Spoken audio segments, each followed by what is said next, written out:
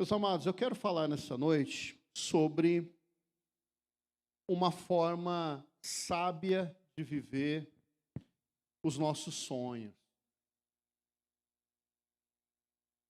Uma forma sábia de viver os nossos sonhos. Eu tenho várias lembranças da minha infância, várias. Eu sou aquilo que a gente fala de que nasceu na igreja, né? Então as minhas lembranças são sempre muito ligadas ao meio de culto, de igreja, de culto no lar, enfim, essas coisas todas. E tem vários versículos que sempre me vêm à mente quando eu penso na minha infância. Mas tem um que era muito recorrente, porque eu escutava esse versículo todas as vezes que eu fazia aniversário, todas as vezes que tinha aniversário da igreja, e em momentos assim comemorativos, sempre se recorria ao Salmo 90, versículo 12. Salmo 90, versículo 12, que diz assim, o salmista aqui orando a Deus, né, pedindo, e ele diz assim: ensina-nos a contar os nossos dias de tal maneira que alcancemos corações sábios. Não está essa versão, tá vendo? Porque a versão da minha infância não é essa versão, mas é uma coisa que fica no nosso coração. Ensina-nos a contar os nossos dias para que o nosso coração alcance sabedoria. Sabedoria é uma coisa necessária para a nossa forma saudável de viver. E eu preciso ter sabedoria para conseguir viver também os meus sonhos. Porque a verdade é que todos nós temos sonhos. Alguns sonhos são verbalizados, alguns sonhos são concretos, né? A gente tem ali até detalhes daquilo que a gente deseja. Alguns sonhos são mais um sentimento, né? Ele não tem uma concretude, ele não é exato ali dentro do nosso coração, mas a gente sonha. E a gente usa a palavra sonho para falar de expectativas, né? De falar de planos, de falar de projetos, a gente chama isso de sonho. Só que nós precisamos saber viver para poder transformar os nossos sonhos em realidade. Só que tem uma outra coisa relacionada a sonhos, que são aqueles sonhos mesmo que a gente tem ali quando a gente está dormindo, né? Ou quando a gente,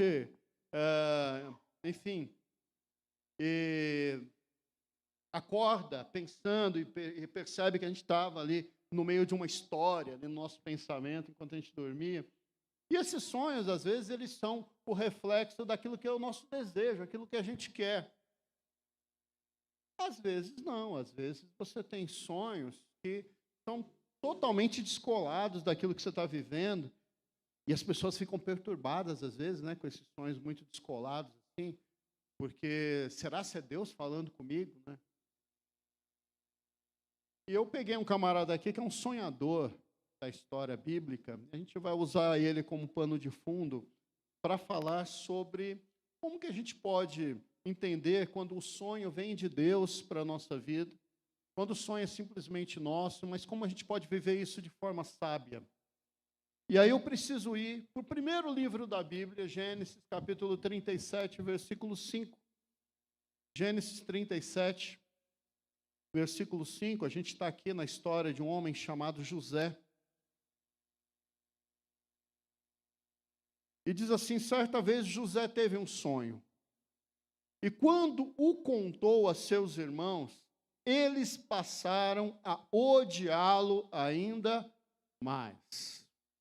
Certa vez José teve um sonho.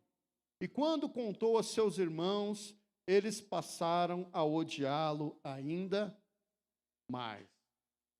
José era um filho da velhice de Jacó.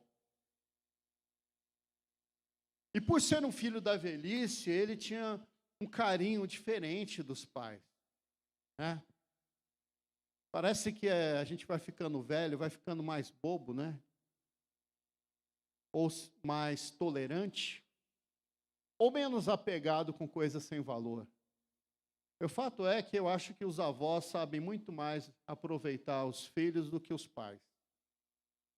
Jacó teve um filho na velhice, né? O nome a ele é de José. E José, ele tinha ali um carinho diferenciado de Jacó. Só que esse carinho diferenciado já despertava nos irmãos dele um sentimento ali de inveja, de rivalidade. Nunca é bom um pai expressar que tem preferência por um dos filhos. Isso é péssimo. Nunca é bom. Apesar de constar na Bíblia, a Bíblia não está dizendo que isso é bom. Só está narrando o que aconteceu. Nunca é bom. Então tinha já um sentimento de inveja ali naquela família dos irmãos mais velhos em relação a José. Só que para completar o quadro, Deus tinha um jeito diferente de lidar com José.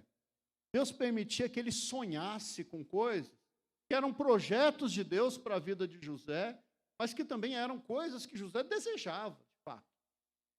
Né? Só que esses sonhos, quando ele verbalizava os sonhos, ele aumentava o problema da rivalidade dentro de casa. Porque os sonhos de José tinham a ver com a posição de destaque que Deus ia colocar aquele menino. Os sonhos de José tinham a ver com a forma como Deus iria usar aquele menino para abençoar um povo inteiro.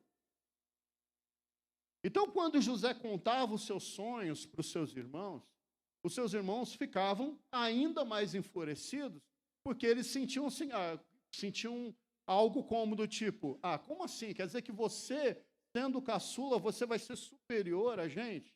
Quando ele contava para os pais pensavam assim, como assim? Quer dizer que eu e a sua mãe, nós vamos estar abaixo de você, você vai reinar sobre nós?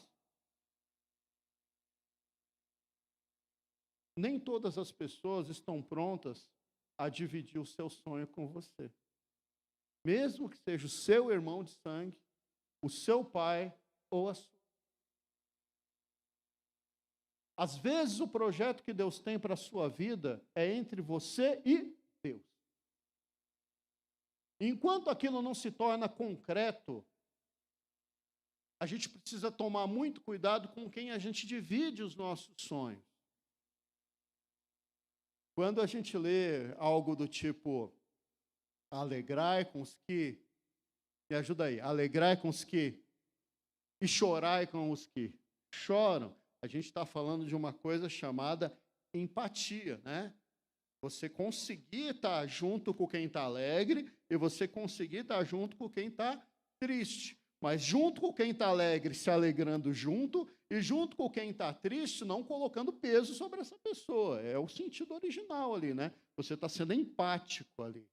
Ou como os americanos gostam, né? Você tem que ter a capacidade de calçar o sapato do outro para saber onde o calo aperta.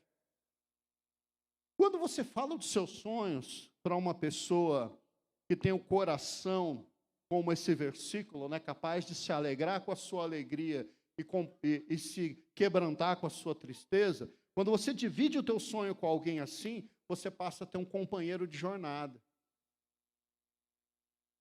Certo? Mas são poucas as pessoas que são verdadeiramente capazes de se alegrar com a alegria do outro. A gente tem muito problema com inveja, com limitação, essa coisa da carnalidade que limita as pessoas. E José foi alvo desse problema. E não foi com os de fora, foi justamente com os da própria família. Da própria família dele. Né? Mas o fato dele ter tido problemas com a família não tirou dele aquilo que Deus queria fazer com que ele vivesse. Então, deixa eu dizer uma coisa para você em relação a essa coisa da sabedoria de viver, da sabedoria de conduzir a vida. Né? Dificuldades todos nós teremos, né? Obstáculos todos nós teremos. Agora, nossos olhos precisam estar naquele projeto que Deus tem para a gente, e não no que as pessoas do entorno estão fazendo de juízo de valor em relação ao que Deus tem para você. Meus amados, a gente colocou um projeto aqui na nossa igreja. E nós queremos comemorar o aniversário de 30 anos dessa igreja, daqui 2 anos, num templo maior. Posso ouvir um amém? Quando você conta esse projeto nosso para algumas pessoas, tenho certeza que alguém vira para você e fala assim, mas para que um espaço tão grande? Vocês têm gente para colocar lá? Eu já ouvi isso. Mas para que um espaço tão grande? Vocês têm gente para colocar lá? Qual que é a resposta para essa pergunta? Sim ou não? Não. Gente, eu tenho fé, mas eu não sou cego. Certo? A resposta para essa pergunta é: eu não tenho, mas Deus tem. Certo? Eu não tenho, mas Deus tem. E o sonho não é meu, o sonho é dele. Então, você quer perguntar, pergunta para ele. E aí ele vai te responder de onde virão as pessoas. Eu não tenho. Mas o sonho não é meu. O sonho não é meu, o sonho é dele. Da mesma forma aconteceu com esse jovem de 17 anos chamado José. Ele começou a ter sonhos vindos da parte de Deus, que de fato ele não compreendia naquele momento ali, com 17 anos de idade. Ele não sabia. Ele não tinha a dimensão do que aconteceria com ele anos à frente. Ele não tinha essa dimensão. Mas o fato é que Deus colocou algo na vida dele. E quando ele começou a dividir isso com algumas pessoas, ele percebeu a sua grande primeira lição, né? Que não é todo mundo que tem a capacidade de sonhar junto com você. E a história dele é bastante interessante, porque o caminho dele foi um caminho bem assim, né? A gente teve uma outra pregação minha aqui sobre esse mesmo tema, que eu falei do Deus da montanha-russa, né? Que a vida de José é isso aqui, né? Então, quando ele pensa que está bem, cai. Pensa que levantou, cai de novo. A vida de José foi isso, né? Então, os caminhos desse sonhador chamado José aqui são bem interessantes. É sempre um depara, né? Depara. Então, ele começa lá, de filho querido da casa de Jacó, e, de repente, ele vai para o poço. Os filhos, os irmãos dele, com inveja, jogam ele num poço ali, uma cisterna vazia. Então, ele sai da posição de filho preferido, de repente, ele está dentro de um poço. A gente está falando aí de Gênesis 37, de 1 a 24. Depois, quando ele está lá dentro do poço, pensando que não tem como piorar, os irmãos resolvem vender ele como escravo. E ele vai para o mercado de escravos. Olha aí, o camarada que teve o sonho que ia reinar sobre a família, sendo vendido como escravo. E do mercado de escravo, ele é comprado por um camarada chamado Potifar. Ele é levado ali para a casa de Potifar para ser escravo ali na casa de Potifar. Só que, de repente, ele começa a se desenvolver ali, ele se torna o que a gente chama, de forma superficial, de um escravo livre. Ele não tinha total liberdade, né, de tomada de decisão sobre a própria vida, só que ele tinha uma liberdade ali conquistada por ser um excelente administrador. Então, ele começa a dar aquela levantadinha, né, na casa de Potifar ali. Começa a melhorar, ele começa a fazer as coisas, a gente vai falar disso ainda, a coisa começa a dar certo. E aí ele tem um problema ali. Ele é acusado de algo que ele não fez pela mulher do Potifar. E dali de escravo, já com uma certa liberdade, ele acaba sendo preso. Vira prisioneiro. Eu fico imaginando a cabeça de um camarada, achando que vai viver grandes coisas, e quando ele se levanta um pouquinho, ele cai. Ele se levanta um pouquinho, ele cai. Ele se levanta um pouquinho, ele cai. Talvez se ele contasse essa história hoje em dia para alguém, e esse alguém fosse bem pessimista, bem hard. Vocês sabem quem é o personagem hard, não? Vocês não sabem? Sabem sim. Sabe, né? Da Hanna-Barbera. Tem um personagem chamado Hard, é uma hiena. Ela tem uma frase. Ó vida, ó céus, ó azar, isso não vai dar certo. Né? É um personagem da Hanna-Barbera. Talvez se você contasse, você como José contando essa história aqui para alguém ia virar para você com aquela sabedoria popular e ia dizer assim, estou te falando, fica na sua. O prego que O prego que se levanta leva uma martelada, fica quietinho aí por baixo que está tudo certo. Gente, conselho para te jogar para baixo tem um monte. Difícil é conselho para fazer você melhorar de vida. Convite para sair para bebedeira tem de monte. Difícil alguém te levar para a clínica de recuperação. Conselho para dizer para você que a vida é assim mesmo e você não vai conseguir mudar, tem de monte. Difícil alguém olhar para você e falar assim, ó, as pessoas podem não estar vendo, mas eu vejo capacidade em você. Difícil é isso. Estava lá, ó, era chefe já da casa do Potifar, agora prisioneiro. Só que de prisioneiro, esse homem vai parar onde?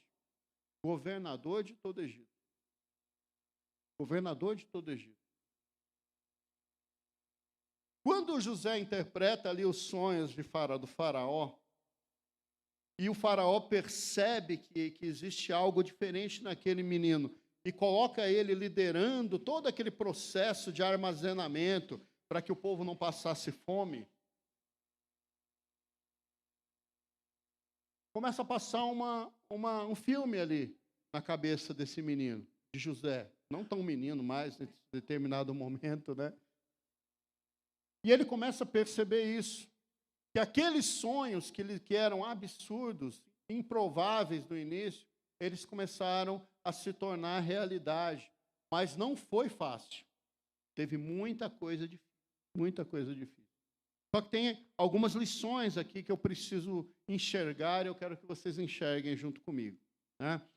A primeira coisa que a gente precisa entender é o seguinte: quando Deus está nos nossos sonhos, quando o sonho não é algo do nosso ego, do nosso eu, da nossa vontade, do nosso desejo, pura e simplesmente, quando Deus está no processo, não existe sonho impossível. Porque não existe impossível para Deus. Não existe sonho impossível. Pode ser impossível aos seus olhos. Pode ser impossível a sua carteira. Ao quanto você tem no banco. Pode ser impossível quando você imagina da tua capacidade de realização. Mas para Deus não há nada impossível.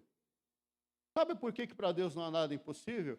Porque Deus faz crescer planta, Deus faz frutificar mesmo na terra infértil. Então não existe terra infértil para Deus. E a gente vê isso na história de José, muito interessante, né? Porque quando José vai para a casa de Potifar, ele vai como escravo. Só que ali ele consegue organizar a casa, as finanças de Potifar vão melhorando, os negócios do Potifar vão ficando melhores, ele vai ganhando destaque e ele vai conseguindo construir alguma coisa numa terra infértil, num lugar improvável.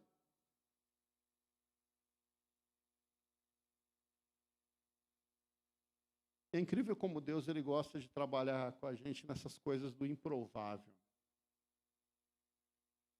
Deus gosta de lidar com a gente nessas coisas do improvável. A gente vai ter aqui no dia 26, o sábado que vem, o culto dos adolescentes, né? E a gente vê as meninas aqui, né? A Camila, a Isa, quem é que falou aí, batendo no joelho, Isabel, né? Tremendo aqui assim, gaguejando, com dificuldade de articulação. Aí a gente pensa assim, qual que é a probabilidade do culto deles ser um sucesso? Eu vou dizer uma coisa para vocês, do ponto de vista humano, sei lá, 50%. Do ponto de vista de Deus, 100%. Por quê? Por quê? Porque Deus, ele faz crescer na terra infértil. Deus ele faz crescer no improvável,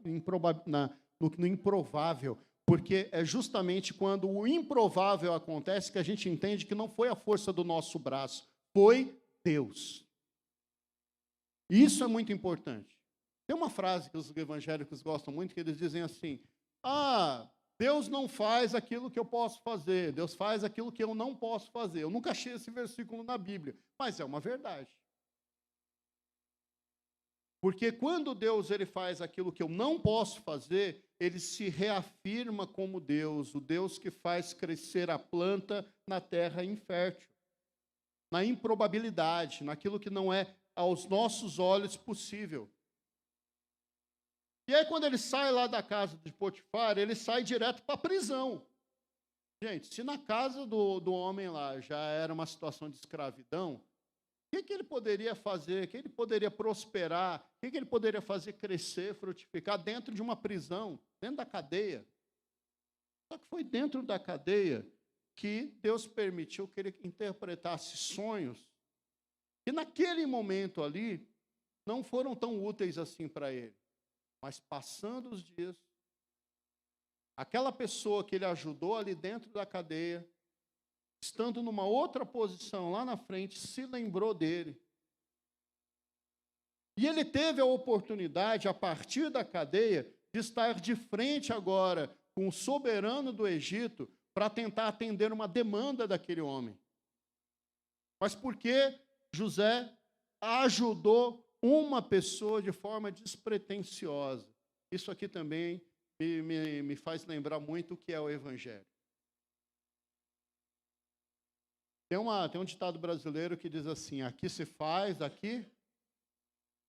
Esse é um bom ditado, né? Quero ver Bíblia. Aqui se faz, aqui se paga, né? Eu não sei, mas eu sei que existe uma lei da semeadura que ela é bem verdadeira. Se eu planto limão, o que eu vou colher?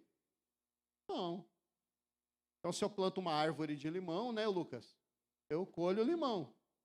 Se eu planto uma árvore de abacate, eu colho abacate. Né, Bia?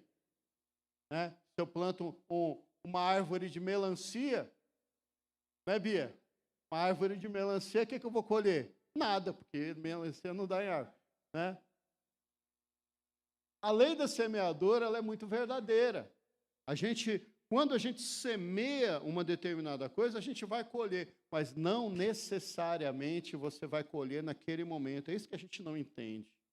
Às vezes você faz o bem para alguém aqui e você acha que aquela pessoa vai te retribuir. Mas não é assim que funciona o mundo espiritual. Você ajuda uma pessoa aqui, às vezes aquilo vai voltar para você lá na frente, em outro formato, através de uma outra pessoa. Mas o bem que a gente planta, ele volta. É impressionante. Da mesma forma que quando uma pessoa só planta chuva, vai colher. É impressionante como vocês conhecem esse evangelho segundo eu acho, né? Impressionante. E quando José chega lá no governo do Egito, um país idólatra, um país que não servia, que não conhecia o verdadeiro Deus de Israel, quando ele chega nessa condição, nesse lugar ali, totalmente pagão, que era o governo do Egito, será se era uma terra fértil para ele fazer crescer alguma coisa? Aos olhos humanos, não. Mas Deus usa José no meio daquilo. É como alguém quando lembra do nosso Brasil e fala assim, pastor, será possível um político cristão chegar lá em Brasília e fazer alguma coisa boa? Se Deus estiver com ele e ele for fiel a Deus, a resposta é mesmo no meio de toda a podridão de Brasília. Porque José foi colocado aqui como governador do Egito, era uma nação pagã, idólatra, que não conhecia o Deus verdadeiro, mas o Deus verdadeiro usou José para não permitir que toda aquela população passasse fome. Então, meus amados, não percam a esperança no Brasil. Quem sabe Deus coloca pessoas lá igual José, capaz de não se contaminar com tudo isso que está lá e a gente tem ainda boas notícias de alguns daqui para frente, né? Vamos continuar orando pelo nosso país, né? Quando Deus está com você, Uma outra coisa muito importante, dessa forma sábia de viver. Não é o ambiente que forma a pessoa, mas é a pessoa que está com o coração grudado nos sonhos de Deus, a pessoa que está em Deus, a pessoa que é verdadeiramente Deus, que modifica o ambiente. Não é o ambiente que te muda, é você que muda o ambiente. E foi assim também na vida de José, né? Ele foi colocado lá na casa de Potifar, ele melhorou aquela casa. Ele foi colocado lá no governo, ele melhorou aquele governo. Porque precisa ser assim. Dá uma olhada para a pessoa que está do teu lado aí. Não vou pedir para você falar nada não, só olha para a cara dela. Viu, hein? A Betel olhou ali, ó, linda essa menina, né? Foi eu que fiz. Linda. Tá certo que é a cara da mãe, mas...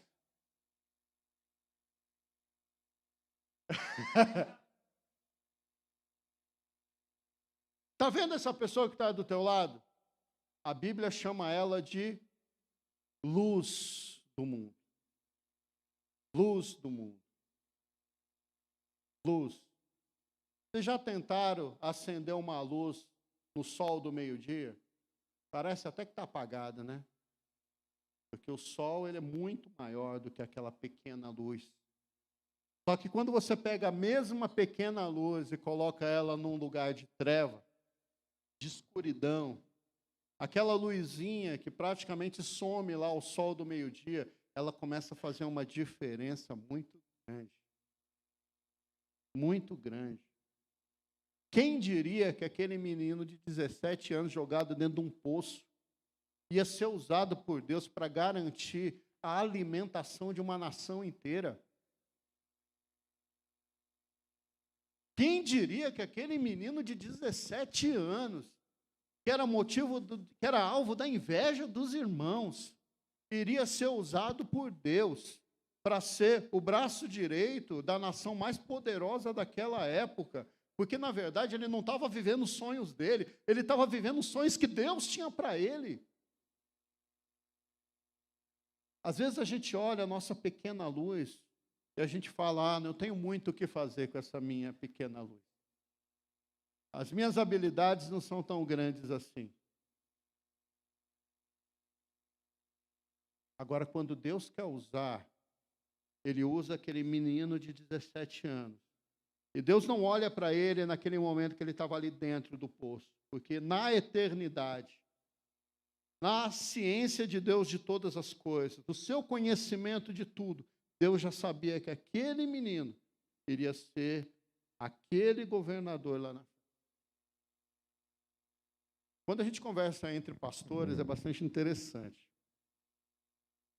Porque a gente vê o pastor e a gente olha o pastor naquele momento que ele é hoje, né? Ele é hoje. Só que aquele pastor que está ali, que você conhece, que você tem uma visão dele, aquele pastor já foi jovem, ele já foi adolescente, ele já foi criança. Hoje de manhã eu estava conversando com a pessoa que vai pregar no culto de sábado que vem. Eu não vou falar para vocês quem é, vocês vão ter que vir para ver. Eu perguntei, quantos anos você tem? Ela falou, 14. Eu falei, todos eles têm 14, gente. Todos têm 12, 13, 14. Vocês sabem quem vai pregar, não? Não? Então, pronto, sabe. Aí eu falei para a pessoa, olha, a primeira vez que eu preguei na igreja, eu tinha 14 anos de idade. E eu lembro até o que eu falei. Eu lembro. Preguei na primeira igreja batista do Jardim Campo Grande, lá em São Paulo. Aí, 14 aninhos de idade. Naquele momento ali, vocês acham que eu tinha compreensão da história da minha vida e que eu seria pastor um dia? Não. Sim. É por isso que a gente precisa entender que quando a gente está dentro da vontade de Deus, vivendo os sonhos que Deus tem para a gente, aquilo que a gente enxerga hoje não é exatamente o que vai acontecer lá na frente. porque Deus tem o plano dele. E esse caminho pode ser tortuoso até chegar lá. Mas quando você está vivendo os planos de Deus para a sua vida, você chega. Então, nessa coisa de entender que nós somos chamados para ser luz, José, ele foi modificando os ambientes por onde ele passava. Ele foi sendo, ele que foi influenciando, ele que foi mudando, e não o ambiente que foi mudando ele. Pessoas falam assim, é perigoso o crente fazer faculdade, porque a faculdade mexe muito com a cabeça. Gente, a faculdade mexe com a cabeça de quem não é crente, tá?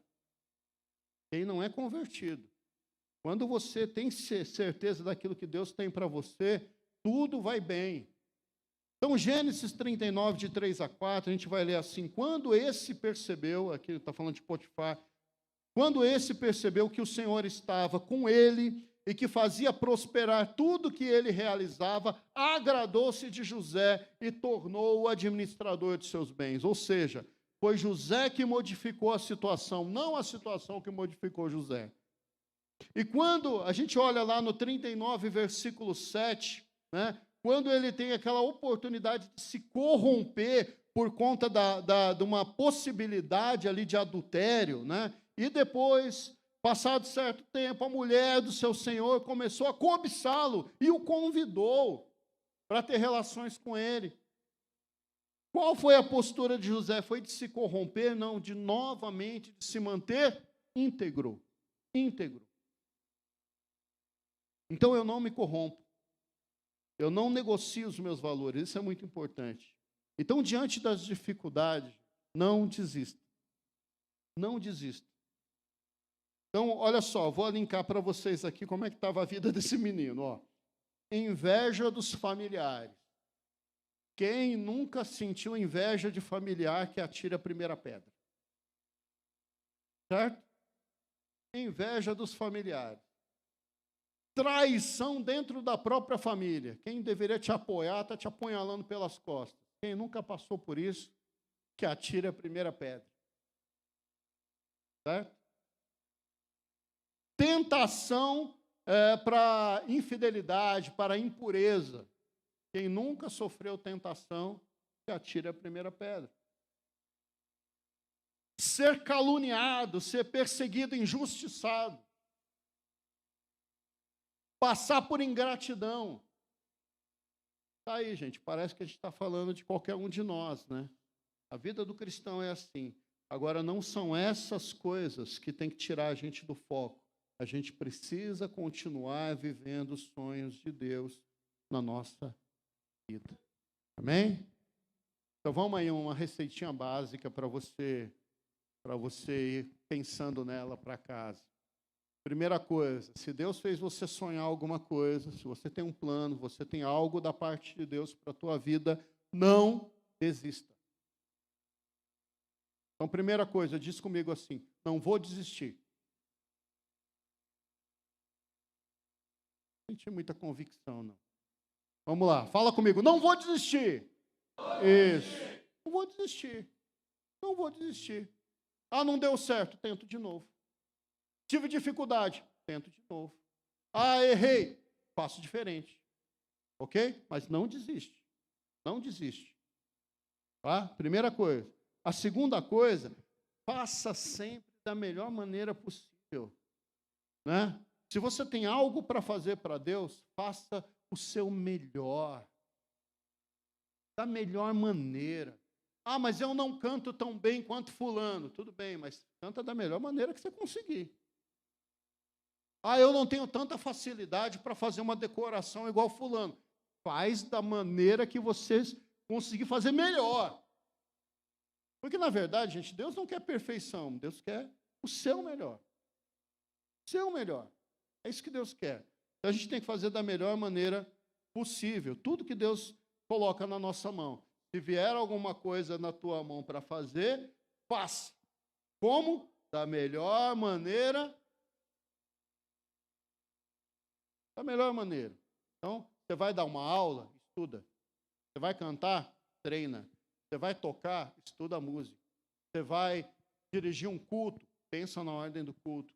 Você vai cuidar das crianças, entenda que é uma criança. Você tem que falar a linguagem dela, né? Não adianta, você tem que se adaptar ali para você passar o recado. Você vai trabalhar com a tesouraria, aprenda técnicas de contabilidade. Você vai ser secretário da igreja, pergunte para os mais velhos, para as pessoas que já fizeram, como que é que faz com excelência. Faz com excelência. Você vai liderar, seja um líder que as pessoas tenham orgulho de você. Faça da melhor maneira possível. É isso que Deus quer. Deus quer que a gente tome o trabalho e as coisas a sério, para fazer bem feito. Outra coisa, seja íntegro e firme no seu propósito. Não negocie os seus valores. Integridade. Integridade é uma palavra que está fora de moda. Ela é importante. Quando você pega um leite integral, o que significa quando eu leio lá que o leite é integral? Significa que não foi tirado nada dele e também não foi acrescentado nada. Ele é integral. Ele é o leite. Certo? Se eu tiro gordura, ele vira um leite desnatado. Né? Se eu acrescento ferro, ele vira um leite integral com ferro. Integralidade. Deus não quer nada mais de nós do que pureza de coração, coração quebrantado para nos arrepender o tempo todo e nos moldarmos a Ele o tempo todo. Deus quer que a gente tenha integralidade naquilo que nós somos de fato diante dEle, mas firmeza. Firmeza está em falta, a gente precisa ter firmeza naquilo que a gente faz, naquilo que a gente pensa, naquilo que são os nossos valores. E aí, falando em valores, não negocie os seus valores. Se para você ser fiel é algo que Deus ensinou, seja fiel. Se para você honrar o pai e a mãe, você compreende que Deus deixou isso como ordem para os filhos, honre teu pai e a tua mãe. Não negocie os seus valores, mesmo que você tenha lucro com isso.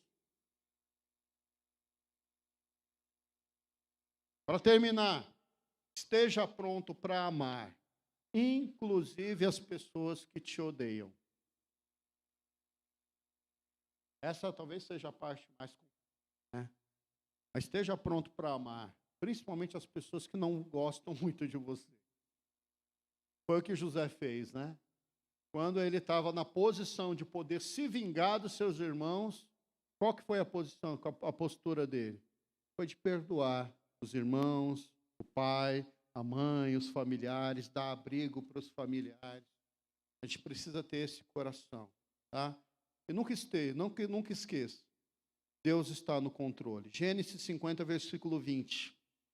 Vocês planejaram mal contra mim, mas Deus o tornou em bem, ou seja, tornou o mal em bem, para que hoje fosse preservada a vida de muitas pessoas.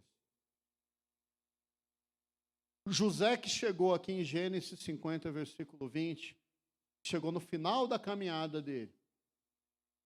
É aquele que conseguiu olhar para trás e lembrar de toda a história dele, tudo que aconteceu na caminhada dele, e ele pode dar essa palavra de reconhecimento aqui, de que Deus esteve o tempo todo no controle.